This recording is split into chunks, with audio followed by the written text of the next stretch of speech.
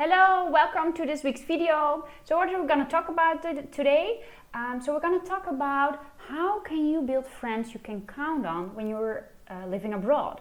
And how can you do that when you are an introvert, where things might be a little more scary to reach out to people. Why? So the key challenge of living abroad often is how to deal with the sense of loneliness. We meet a lot of different people, but we really miss often this sense of feeling connected with the people around us, or to have really friends that we can share our doubts or can have fun with. That's why this video is not only about how can you meet other people, but also how can you actually turn it into friends? How can you actually build really friendships out of it? So the first tip I'm going to give you, and you will say, okay, yeah, that's so logical, but actually it might be something new for you. Is that you really should focus on fairness.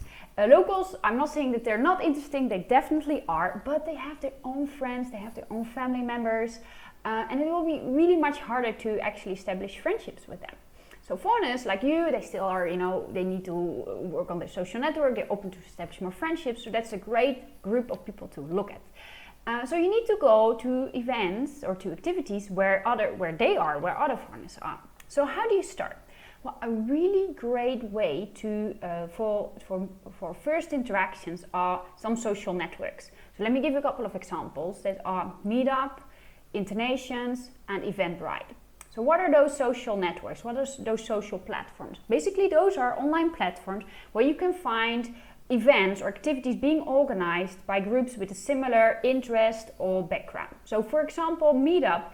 I know that there's a group here that has a specific group for international women, or for entrepreneurs, or there's a group that does photography. So people with a similar interest then attend those events, and that's a great way to meet other people.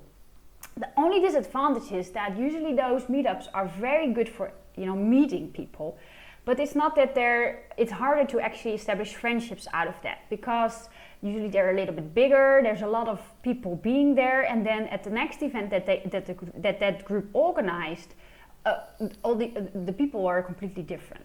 So I would advise you to look at meetup groups, or like those groups that are a little bit more intimate, but also where you see that the same people, they meet over time. And because that's what you need, right? You cannot just meet one time. You need to meet several times in order to, create this sense of feeling connected and to establish friendships. Also, if you see that there's not really a particular group or an interest on those platforms, you can actually create your own. So I've seen some friends doing that, and they were amazed, how successful they were and how many like-minded people were looking for, similar activity. So another thing, what you can also do is to look for Facebook groups. If you're abroad and you're searching, for example, international women living in New York or living in London, then there are always groups popping up. And if you join those groups, they are really a great source for information, but often they also organize events where you can meet the like-minded people. But again, this is usually very great for first interaction, a little bit more harder to establish friendships. Another thing that really worked very well for me to actually also make friends is if you are going to co-work. So co-work is a place where you can rent a desk and work. And that's great, for example, if you're not having a job yet, you're being self-employed, or even if you just have a couple of hours per week available and you're just going to work there.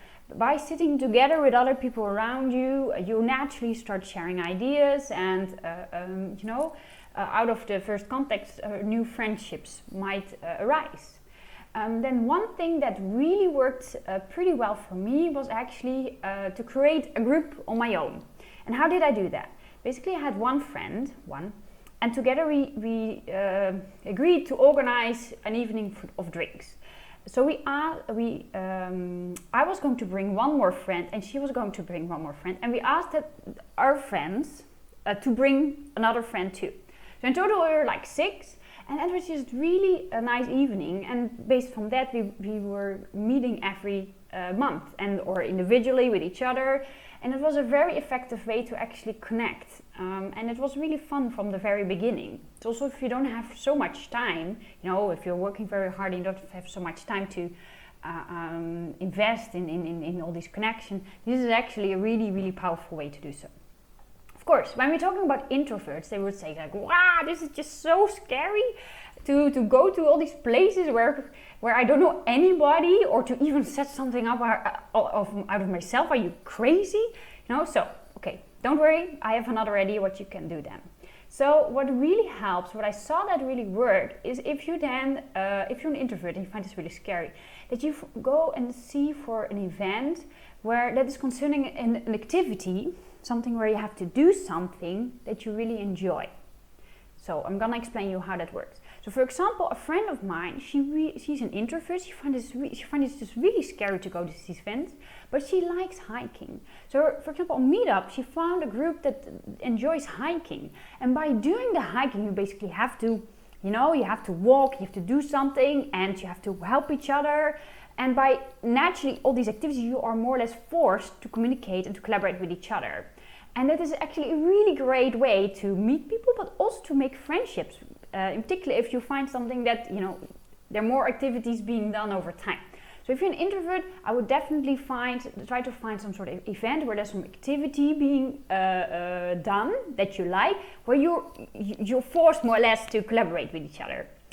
Then the other thing that I wanted to share is give it time. We sometimes might be frustrated that we know a lot of people, but we still feel very lonely.